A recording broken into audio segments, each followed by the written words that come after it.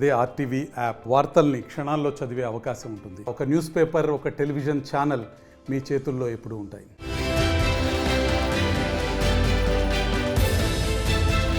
పిఠాపురం ఇప్పుడు 2 తెలుగు రాష్ట్రాల్లో ఈ నియోజకవర్గం చాలా హాట్. ఎక్కడ చూసినా ఈ నియోజకవర్గం గురించే చర్చ. ఎందుకంటే జనసేనాని పవన్ కళ్యాణ్ ఇక్కడి నుంచే ఎమ్మెల్యేగా పోటీ చేయడమే. కాపు సామాజిక వర్గం ఓట్లు ఎక్కువగా ఉన్న పిఠాపురం నియోజకవర్గం ఎంతో చారిత్రక నేపథ్యం ఉన్న ప్రదేశం. సంగీతం, సాహిత్యం, ఆధ్యాత్మికతలను పెంచి పోషించడంలో పిఠాపురం సంస్థానం ప్రత్యేక స్థానం సంపాదించుకుంది.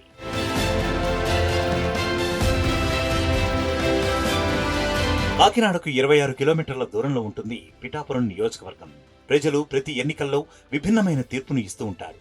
అయితే ఈసారి ఏ పార్టీకి జై కొడతారనేది ఆసక్తికరంగా మారింది. పిఠాపురం మున్సిపాలిటీ, గొల్లప్రోలు, కొత్తపల్లి మండలాలు కలిసి ఏర్పడ్డ ఈ నియోజకవర్గంలో కాపు సామాజిక వర్గం ఓట్లు అత్యధికం. అందుకే ఈసారి జనసేనాని పవన్ కళ్యాణ్ ఈ సీటును ఎంచుకున్నారు. దీంతో పిఠాపురం అసెంబ్లీ నియోజకవర్గం 2 రాష్ట్రాల్లో చర్చనీయాంశంగా మారింది. ఇక వైసీపీ ప్రస్తుతం కాకినాడ ఎంపీగా ఉన్న వంగా గీతను పిఠాపురం బరిలో ఉంచనుంది.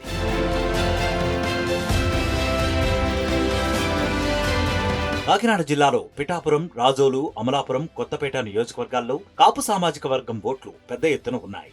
ఇందులో పిఠాపురం, అమలాపురం, రాజోలు నియోజకవర్గాల్లో జనసేన కొంత బలంగా ఉంది. అయితే ఇందులో పిఠాపురం మినహా అమలాపురం, రాజోలు 2 ఎస్సీ నియోజకవర్గాలు. 2019 ఎన్నికల్లో పోటీ చేసిన 2 నియోజకవర్గాల్లో ఓడిపోవడంతో ఈసారి ఆ ఫలితం పునరావృతం కాకుండా సర్వే చేసి మరీ పిఠాపురాన్ని ఎంచుకున్నారు జనసేన.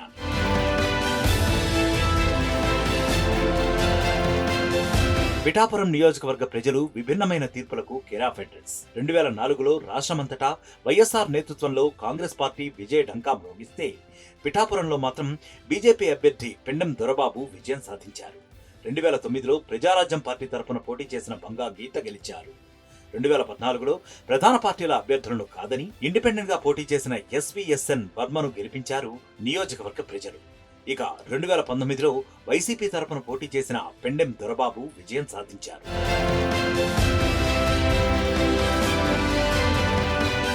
పవన్ కళ్యాణ్ పిఠాపురం బరిలో ఉండటంతో జన సైనికులు మోహరించారు. ఈసారి ఎలాగైనా పవన్ కళ్యాణ్ ను అసెంబ్లీకి పంపించాలన్న పట్టుదలతో ఉన్నారు. మరోవైపు వైసీపీ అభ్యర్థిగా బరిలో ఉన్న వంగా గీతకు ఈ నియోజకవర్గంపై మంచి పట్టు ఉంది. గతంలో ఎమ్మెల్యేగా పనిచేయటం ఆమెకు కలిసి రానుంది.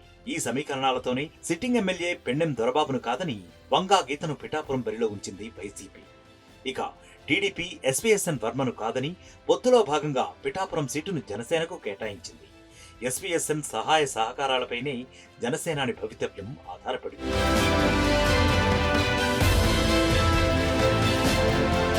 మరిన్ని వీడియోస్ కోసం ఛానల్ ని సబ్స్క్రైబ్ చేయండి. లేటెస్ట్ అప్డేట్స్ కోసం వాట్సాప్ ఛానల్ ని ఫాలో చేయండి.